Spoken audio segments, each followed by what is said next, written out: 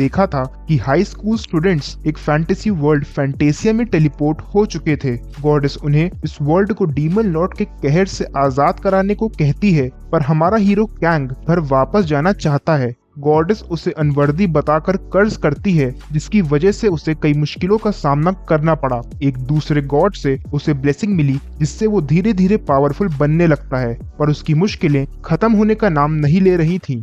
अब आगे हम एक एल्फ को देखते हैं जिसका ट्रीटमेंट चल रहा है।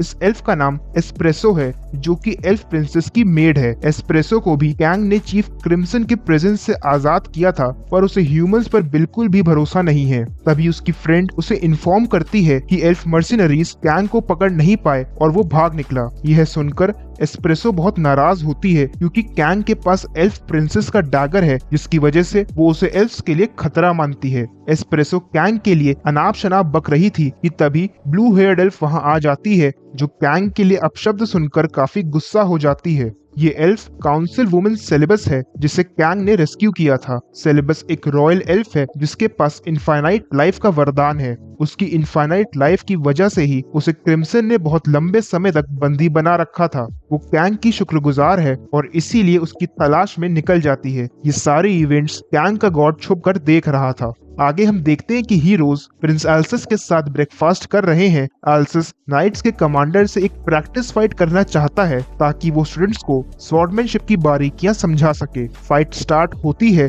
पर कमांडर एल्सस को बड़ी आसानी से हरा देता है। एल्सस उसके स्किल्स की तारीफ कर उससे एक और फाइट करना चाहता है, पर ट्विस्ट ये है कि इस बार फाइट में मैजिक भी यूज होगा। एल्सस मैजिक से ऑरा क्रिएट करता है और उन दोनों के बीच एक क्लैश होता है, पर इस बार एल्सस ने एक ही अटैक से कमांडर की स्वॉर्ड के टुकड़े कर दिए थे। एक ही अटैक से ओपोनेंट को कंप्लीटली डिस्ट्रॉय कर देने की पावर को ही एल्सस असली स्वॉर्डमैनशिप मानता है। एल्सस ने स्टूडेंट्स को उनके सामने रखी चाय पीने को कहा, जिसका टेस्ट उन्हें बिल्कुल भी पसंद नहीं आया। एल्सस हीरोज से कहता है कि स्वॉर्डमैनशिप सीखने के लिए उन्हें वॉरियर की ब्लेसिंग की जरूरत है, जो इस चाय को पीने से उन्हें जल्दी मिल सकती है। जहां बाकी हीरोज से चाय पी नहीं जा रही थी, वहीं चॉय एक के बाद एक कप खाली किए जा रहा था। वो अपने क्लासमेट से जल्दी स्ट्रॉन्ग बनना चाहता है, जिसके लिए वो हर हद पार करने को तैयार है। एल्सस बताता है कि जैसे हम एक दिन में खली नहीं बन सकते, वैसे ही ब्लेसिंग से स्ट्रॉन्ग बनने में भी टाइम लगेगा। तभी चॉय को ग्रिट की ब्लेसिंग मिलती है, जिससे वो जैसे जैसे फाइट करता जाएगा वो स्ट्रॉन्ग बनेगा। पर अगर वो कभी भी फाइट में हारा या उसकी लड़ने की मोटिवेशन गई, तो इस ब्लेसिंग का इफेक्ट रीसेट हो जाएगा।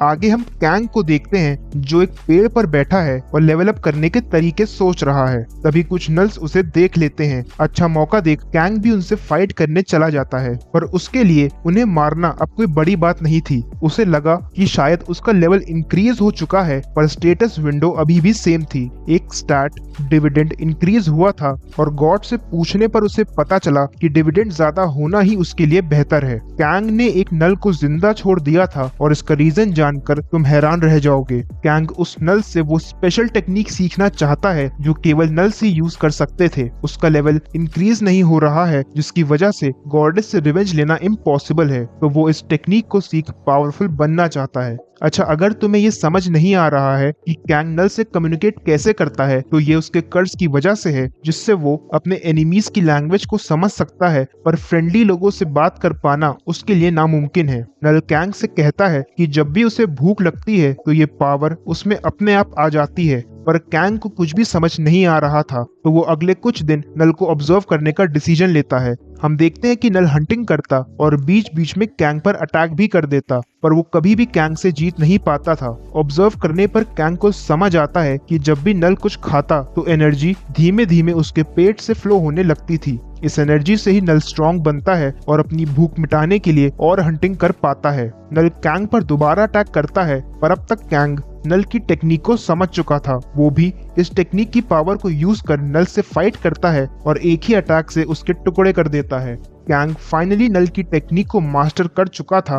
उसे समझ आ गया था कि इंटेंस इमोशन से ही वो इस टेक्निक को यूज कर सकता है, और खास बात यह है कि इस टेक्निक को उसके सिवा और कोई भी ह्यूमन यूज नहीं कर सकता है। ह्यूमंस इस टेक्निक को यूज करते ही मर जाएंगे क्योंकि उनकी लाइफ फोर्स खत्म हो जाएगी, पर क्योंकि कैंग के पास आउटसाइडर की ब्लेसिंग है तो उसका स्टेटस बार बार रीसेट हो जाता है। इसी वजह से उसकी लाइफ फोर्स कभी खत्म नहीं होगी और वो जब चाहेगा तब इस टेक्निक को यूज कर सकेगा। कैंग अपनी नई पावर से नल्स पर हमला बोल देता है और उसी विलेज पहुंच जाता है जहां से उसे भगाया गया था। वो उन लोगों को भी अपनी पावर का स्वाद चखाना चाहता था और एक एक कर गार्ड्स को निपटाना शुरू कर देता है। उसके लिए नल्स और ह्यूमंस के मर्डर में अब कोई भी अंतर नहीं था। एक अजीब बात ये थी कि इस विलेज में अब तक उसे एक भी एल्फ नहीं दिखा था। तभी हम देखते हैं कि कुछ लोगों को बंदी बनाकर ले जाया जा रहा है। हमें पता चलता है कि ये बंदी असल में एल्व्स हैं जिन्हें क्रिम्सन के बेसमेंट में वापस लाया गया है। उन एल्व्स के सामने कुछ मर्सनरी हैं जो क्रिम्सन के फ्रेंड्स हैं।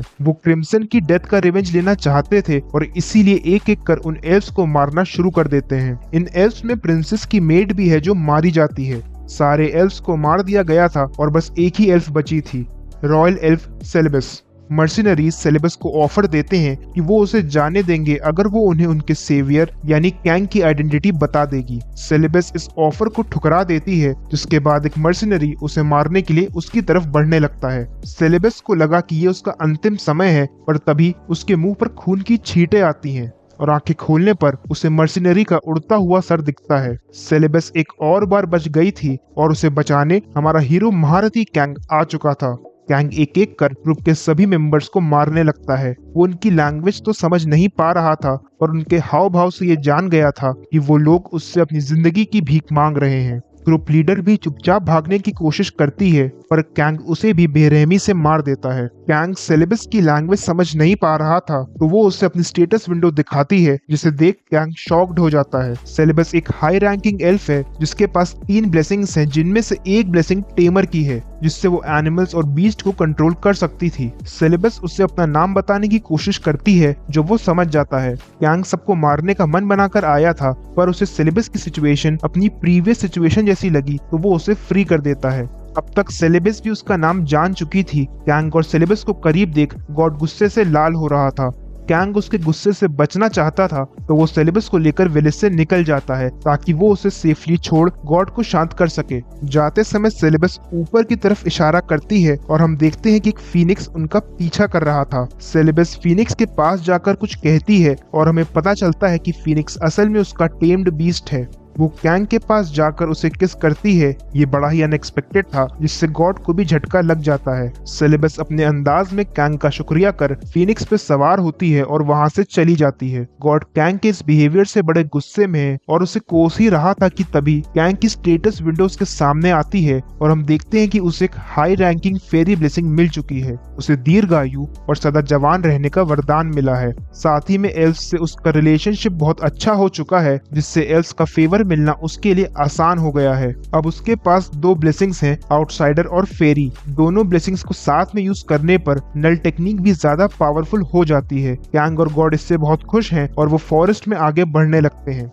दूसरी तरफ हम देखते हैं कि हीरोज एल्सिस और एथना के साथ प्रैक्टिकल ट्रेनिंग के लिए फॉरेस्ट में आ चुके हैं, जहां वो आज हंटिंग कर अपने लेवल्स इंक्रीज करने की कोशिश करेंगे। हीरोज हंटिंग के लिए बहुत एक्साइटेड हैं क्योंकि आज पहली बार उन्हें रियल फाइट करने का मौका मिला है। तभी एक हीरो को स्लाइम दिखता है जिस पर वो अटैक करने की कोशिश करता है। एल्सिस और एथना उसे रोकते हुए बताते हैं कि स्लाइम्स असल में मॉन्स्टर्स नहीं हैं, वो बड़े काम के क्रीचर्स हैं जो इस वर्ल्ड में पेस्ट कंट्रोल करते हैं। स्लाइम्स एक ऐसे क्रीचर्स हैं जो गंदगी खाकर इस वर्ल्ड को साफ रखते हैं। वो डेड बॉडीज को भी चट कर जाते हैं ताकि एरिया में इन्फेक्शंस ना फैले। एल्सिस एक्सप्लेन करता है कि हंटिंग में आज हीरोज का टारगेट लेवल 4 नल्स होंगे। हीरोज डर जाते हैं क्योंकि अभी वो लेवल 1 ही है, पर एथना उनका मनोबल बढ़ाते हुए कहती है कि वो बेझिझक फाइट कर सकते हैं। सेंटिस वही मौजूद है जो उन्हें हील कर सकती है, यहाँ तक कि उनके मरने के बाद वो उन्हें वापस जिंदा भी कर सकती है। नल्स आना शुरू हुए और हीरोज उन्हें ओवर कॉन्फिडेंस में अपना लेवल बूस्टर समझकर उन पर अटैक कर देते हैं। ये हीरोज आज पहली बार टेंपल से बाहर निकले थे और इनका ओवर कॉन्फिडेंस कुछ ही देर में चकनाचूर हो जाता है।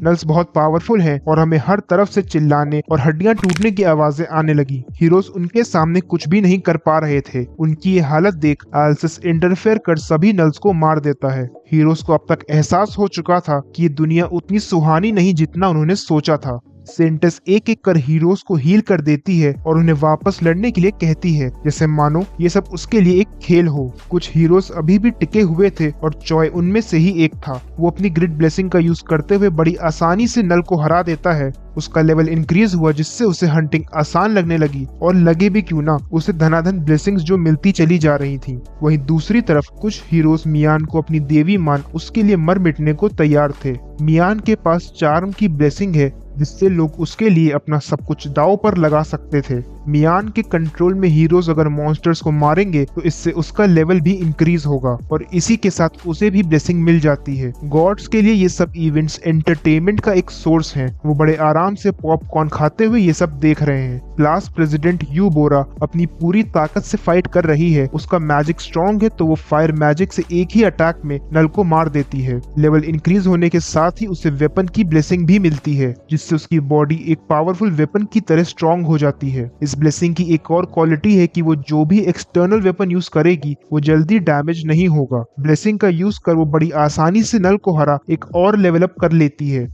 चॉय और मियान प्रेसिडेंट को देख एक्साइटेड हैं और उससे अपना कॉम्पिटिटर मान चुके हैं। एल्सिस और एथेना इन नए हीरोज की अचीवमेंट्स पर नजर गड़ाए इन्हें दूर से ही ऑब्जर्व कर रहे थे। जहां हीरोज के लिए एक नल को मारना भी बड़ी बात थी, वहीं कैंग नल्स की लाशों का ढेर बिछाया जा रहा था। उसने कम से कम 1000 नल्स को तो मार ही दिया था। उसे लगा कि वो काफी लेवल अप कर चुका होगा तो इसीलिए वो अपनी स्टेटस विंडो चेक करता है, जिसे चेक करने पर वो निराशा से भर जाता है क्योंकि उसकी विंडो में एक और कर्स ऐड हो चुका है। पर सबसे बुरी बात ये थी कि उसे यकीन हो चुका था कि अब उसका लेवल इंक्रीज नहीं होगा। उसके कर्स का नाम स्लॉटर है जिसकी वजह से फ्रेंडली स्पीशीज उससे डरने लगेंगी और उसके एक्शंस का विरोध भी करेंगी। फ्रेंडली स्पीशीज को कैंग अब किसी अनजान मॉन्स्टर से कम नहीं लगेगा। कैंग उन सभी नल्स का लूटा हुआ खजाना ले लेता है क्योंकि वो समझता है अगर वो स्ट्रेंथ से पावरफुल नहीं बन सकता तो उसे पैसे से ही मजबूत होना पड़ेगा। कुछ और नल्स इस बार ज्यादा तादाद में कैंग से फाइट करने आते हैं जिनमें एक हाई रैंकिंग नल भी है। कैंग इतने सारे मॉन्स्टर्स पर अपनी पावर आजमाने के लिए बेहद उत्साहित है। उसकी पावर देख मॉन्स्टर्स को भी अब उससे डर लगने लगा था क्योंकि उसके पास ना ही केवल उनके जैसी सेम पावर है बल्कि स्लॉटर का कर्स भी है जो उसे ज्यादा खतरनाक बनाता है। आगे हम देखते हैं कि हीरोज की ट्रेनिंग जारी है और कई हीरोज मॉन्स्टर्स से डर कर वापस टेम्पल भाग चुके हैं। उन पे खर्च होने वाले पैसे अब इन बचे हुए हीरोज की ट्रेनिंग में यूज होंगे। एक बात जो हमें पता चलती है कि इस वर्ल्ड में हीरोज की कोई कदर नहीं है, उनकी ब्लेसिंग्स ही उन्हें खास बनाती हैं। तो जिसके पास जितनी ज्यादा और अच्छी ब्लेसिंग्स होंगी उसका उतना ही सम्मान किया जाएगा। एक नाइट घबराते हुए रिपोर्ट करता है कि फॉरेस्ट में लेवल 5 नल देखा गया है। सेंटेस सोचती है कि उनके पास भी कुछ लेवल 5 हीरोज हैं और इसे बेस्ट अपॉर्चुनिटी समझकर वो हीरोज को एल्सिस के साथ मॉन्स्टर से फाइट करने भेज देती है। वो सभी मॉन्स्टर के पास पहुंच चुके हैं जहां एल्सिस उन्हें बताता है कि ये एक स्पेशल नल है जिसकी कॉम्बैट पावर काफी ज्यादा है। एथेना की ओवर एक्साइटमेंट की वजह से वो नल उन्हें नोटिस कर लेता है और एक घमासान युद्ध शुरू होता है। टीचर्स हीरोज को भेड़ बकरियों की तरह छोड़कर पीछे हट जाते हैं। हीरोज बहुत डरे हुए हैं पर चॉय लीडर बन टीम की कमान अपने हाथों में लेता है। वो उन्हें स्ट्रैटेजी समझा ही रहा था कि तब तक नल उन पर अटैक कर देता है। नल किसी को भी नहीं बख्शता और एक एक कर सभी हीरोज को धूल चटा देता है। प्रेसिडेंट यू बोरा ने भी जब उसका सामना करने की कोशिश की तो नल ने उसे बुरी तरह मारकर दूर फेंक दिया। उसके एक ही अटैक से प्रेसिडेंट बेहोश हो जाती है। नल यू बोरा और मियान की तरफ बढ़ने लगता है। मियान जो कि बहुत डरी हुई है अपनी चार्म ब्लेसिंग का यूज करती है पर इस बार उसकी ब्लेसिंग बैकफायर कर गई। वो नल उसकी चार्म ब्लेसिंग से अफेक्ट हो गया और उसे टच करने लगा। उस नल की हवस जाग चुकी थी। तभी उस पर एक पावरफुल अटैक हुआ जिससे एल्सिस उसका अंत कर देता है। मियान बच तो गई थी पर पहली बार अपनी मौत को इतने करीब से देख उसकी आत्मा कांप गई थी। भले ही नल मारा जा चुका था पर उसके गुस्से की आग में हमारे हीरोज बुरी तरह झुलस चुके थे। वो समझ गए थे कि ये दुनिया कोई गेम नहीं है। ये वर्ल्ड जितना सुलझा हुआ बाहर से दिख रहा था उतने ही गहरे रहस्य अपने अंदर छुपाए हुआ था।